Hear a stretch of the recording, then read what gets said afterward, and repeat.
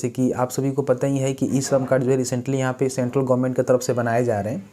ऐसे में आपके मन में ज़रूर ये डाउट चल रहा होगा कि हम प्रधानमंत्री सम्मान निधि योजना का लाभ लेते हैं तो क्या हम ई श्रम कार्ड बनवा सकते हैं कि नहीं बनवा सकते हैं। साथ ही साथ एक और डाउट है कि जो भी छात्र मान लीजिए वैसे तो छात्रों को बनाना नहीं है ई श्रम कार्ड, लेकिन बनवा लिए हैं तो क्या उनको स्कॉलरशिप वगैरह वगैरह नहीं मिलेगा या फिर उनके साथ क्या होगा। तो इसके रिगार्डिंग हम आपको जानकारी देने जा रहे हैं। वैसे तो मैं जो भी जानकारी देता हूँ पहले क्लियर करके ही देता हूँ, लेकिन आज की इस वीडियो में आपको हम देखिए जो भी हम जानकारी आपको देते हैं ना उसको पहले हम क्लियर कर लेते हैं अपने स्तर से, उसको बाद अपने लैंग्वेज में आपको समझाते हैं। लेकिन कई सारे लोगों को विश्वास नहीं होता है, तो आज जो है इस जानकारी की रिगार्डिंग सबसे पहले हम श्रम विभाग के जो भी रिप्रेजेंटेटिव है उनसे बात करेंगे। और देखिए बात से हमें संतुष्टि नहीं मिलता है, क्योंकि वो लोग ऐसा जानकारी बताते हैं जो हमें भी अच्छा नहीं लगता है, शायद आपको भी अच्छा ना लगे, फिर भी हम आपके सामने लाइव बात करेंगे, क्योंकि उन लोगों के पास जो जानकारी पहले से दे दिया गया होता है उसी का अकॉर्डिंग में बात करते हैं, ज़्यादा तो बताते नहीं हैं डिटेल्स में। सबसे पहले आपके सामने हम लाइव बात कर लेते हैं उनसे, ठीक है। और बात करने के बाद हम अपने हिसाब से आपको बताएंगे कि आप जो है प्रधानमंत्री सम्मान निधि योजना का लाभ लेते हैं तो आपको जो है ई श्रम कार्ड बनवाना चाहिए कि नहीं बनवाना चाहिए, किस कंडीशन में आपको बनवाना चाहिए। साथ ही साथ आप छात्र हैं, मान लीजिए पढ़ाई करते हैं, पढ़ाई के सिवा कुछ नहीं करते हैं, तो उस कंडीशन में अगर आपने ई श्रम कार्ड बनवा लिया है या फिर बनवाने के बारे में सोच रहे हैं तो आपको जो है बनवाना चाहिए कि नहीं बनवाना चाहिए। और बनवा लिए हैं तो क्या आपको स्कॉलरशिप जो भी मिलता है वो पैसा नहीं मिलेगा। तो इसके रिगार्डिंग हम क्लियर करके बताएंगे, लास्ट तक वीडियो को देखिएगा। बीच में हम बात करेंगे ई श्रम विभाग से, तो उसको सुनकर वीडियो स्किप करके मत जाइएगा। लास्ट में हम अपना जो है जो भी सही जानकारी होगा, क्योंकि जो भी रिप्रेजेंटेटिव होते हैं उनको जो बताया गया होता है वही रटे हुए हैं और वही आपको बताते हैं, लेकिन रियल में हम जो जानकारी होगा जानकारी आपको हम साथ शेयर करने वाले हैं। तो चलिए सबसे पहले हम ई श्रम कार्ड विभाग का जो नंबर है 14434 उस पर हम कॉल लगाते हैं, ठीक है। यहाँ से कॉल कर देते हैं। नमस्कार सर,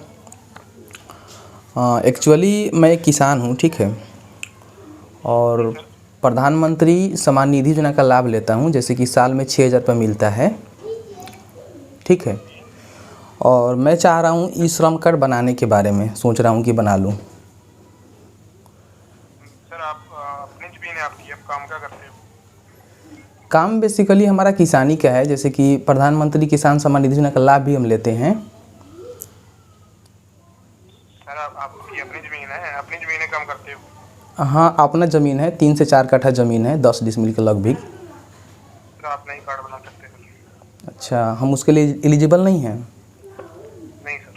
अच्छा एक बात बताइए सर, जैसे कि मान लीजिए कोई व्यक्ति प्रधानमंत्री सम्मान निधि योजना का लाभ लेता है और वो गलती से ई श्रम कार्ड बनवा लिया है, जी सर। तो उसके लिए क्या प्रोसीजर है? क्या भविष्य में कोई दिक्कत हो सकता है उसको? सर नहीं सर, कोई दिक्कत नहीं, इसको आप अपडेट मत करना, हमारे पास अभी ऑप्शन नहीं है, जब ये हमारे पास ऑप्शन आएगी तो उसको आप बंद कर देना। अच्छा, तो फिलहाल सर कब तक ऑप्शन आ सकता है, इसके रिगार्डिंग कुछ इन्फॉर्मेशन आपके पास है? कोई पता नहीं, आप फ़ोन करते रहिएगा, 2 मंथ बाद कॉल करते रहिएगा, जब भी ऑप्शन आएगी तो बंद हो जाएगा। अच्छा एक बात और पूछना था सर आपसे, जैसे कि कई सारे स्टूडेंट हैं जो केवल पढ़ाई करते हैं, कहीं असंगठित क्षेत्र में काम नहीं करते हैं, ठीक है सर, तो वो ई श्रम कार्ड बनाने के बारे में सोच रहे हैं, तो क्या वो बनवा सकते हैं कि नहीं बनवा सकते? नहीं सर, अगर कोई काम करते हैं तो फिर ऐसे नहीं, कोई अगर स्टूडेंट है तो साथ में काम भी करता है तो फिर बना सकते हैं। अच्छा, अब मान लीजिए अगर गलती से कोई स्टूडेंट है जो केवल पढ़ाई करता है, काम नहीं करता है, वो बनवा लिया है, तो उसका भी वही मतलब कैंसिल करने का बटन आएगा तो कैंसिल करना होगा। बाकी बीच में मान लीजिए किसी भी तरह का स्कॉलरशिप का जो बेनिफिट है उसमें मिलने में कोई दिक्कत तो नहीं ना होगा उसको? नहीं सर, कोई दिक्कत नहीं। अच्छा एक सर जानकारी और लेना था, जैसे कि बेसिकली जो भी महिलाएं हैं जो केवल घर में काम करती है हाउसवाइफ के तौर पे, जी सर। जैसे कि घर का जो काम काज होता है, अपना खुद का घर का काम काज होता है वो करती है, तो क्या ई श्रम कार्ड के लिए एलिजिबल है वो महिलाएं? नहीं सर। अच्छा एक बात सर क्लियर करके बता दीजिए कि कौन महिला जो है ई श्रम कार्ड बनवा सकती है, या फिर महिला हो या फिर लड़की हो? हाँ सर, कोई काम करता है ना, कोई घरेलू काम करता है, कोई बाहर का काम करता है, तो अगर वो उसको अपना कपड़ा सीता है, कोई ऐसे काम करता है तो वो बना सकते हैं। अच्छा एक बात बताइए, मान लीजिए कोई महिला है जो घर पे ही टेलर का काम करती है, गांव में जो भी महिलाएं होती है उन्हीं का कपड़ा वगैरह सीती है, तो बना सकती है, कोई दिक्कत नहीं होगा? जी सर, बना सकते हैं। अच्छा ठीक है। आपको जानकारी नहीं, और कोई जानकारी नहीं चाहिए, बस यही जानकारी चाहिए था कि मतलब सबसे ज़्यादा जो पूछे वाला सवाल है ना कि प्रधानमंत्री जो किसान सम्मान निधि योजना का लाभ लेते हैं वो ई श्रम कार्ड बनवाएंगे कि नहीं बनवाएंगे। बेसिकली मैंने आपके पास इसी के लिए कॉल किया था, ठीक है। तो आपके तरफ से सर क्लियर है कि जो लाभ लेते हैं वो नहीं बनवाएंगे, नहीं बनवाना है, मतलब 100% क्लियर है सर आपके पास? जी सर। मतलब ये 100% क्लियर है कि जो प्रधानमंत्री सम्मान निधि योजना का लाभ लेते हैं वो ई श्रम कार्ड नहीं बनवाएंगे? जी सर। जी। अब मान लीजिए कोई किसान ऐसा है जो बटाईदार रोपता है, मान लीजिए किसी का मतलब खेत भाड़े पे लेकर रोपता है, तो वो अपना ई श्रम कार्ड तो बनवा सकता है सर? सर मैंने आपको बता दिया, जो जो कार्ड बनवाते हैं, जो काम करते हैं वही कार्ड बनवा सकते हैं। जिनका EFPF नहीं करता वो कार्ड बनवा सकते हैं। वो तो बात सही है, लेकिन मेरे बात को समझिए ना आप। मतलब मेरे कहने का मतलब कि मान लीजिए कोई भी किसान है जिसका खुद का खेत नहीं है, किसी और के खेत में वो काम करता है, तो ई श्रम कार्ड बनवा सकता है सर? जी सर, बना सकता है। ठीक है, जानकारी के लिए बहुत बहुत धन्यवाद सर आपका। फ्रेंड, जैसे कि आपने देखा कि मैंने जो है आपके सामने लाइव यहाँ पे बात किया, उनसे मैंने बात किया तो सबसे मैंने जो पहला सवाल पूछा कि जो भी प्रधानमंत्री सम्मान निधि योजना का लाभ लेते हैं क्या वो ई श्रम कार्ड बनवा सकते हैं कि नहीं बनवा सकते हैं।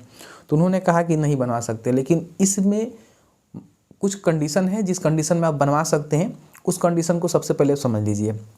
देखिए, अगर आप प्रधानमंत्री सम्मान निधि योजना का लाभ लेते हैं तो ऐसा नहीं है कि उसी पे आप निर्भर है, क्योंकि मान लीजिए उसके अलावा आप कोई काम भी करते होंगे। जैसे कि मान लीजिए कई सारे लोग जो है प्रधानमंत्री सम्मान निधि योजना का लाभ भी लेते हैं और साथ ही साथ यहाँ पे कहीं ना कहीं असंगठित क्षेत्र में काम करते हैं। तो आपका कंडीशन ये है तो आप जो है ई श्रम कार्ड बनवा सकते हैं, कोई भी आपको आगे चल के दिक्कत नहीं होगा।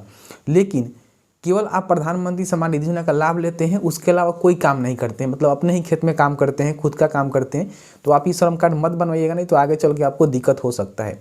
लेकिन लाभ तो लेते हैं, साथ ही साथ कहीं असंगठित क्षेत्र में भी काम करते हैं, तो आप निधड़ ई श्रम कार्ड बनवा सकते हैं, मुझे जहाँ तक लगता है।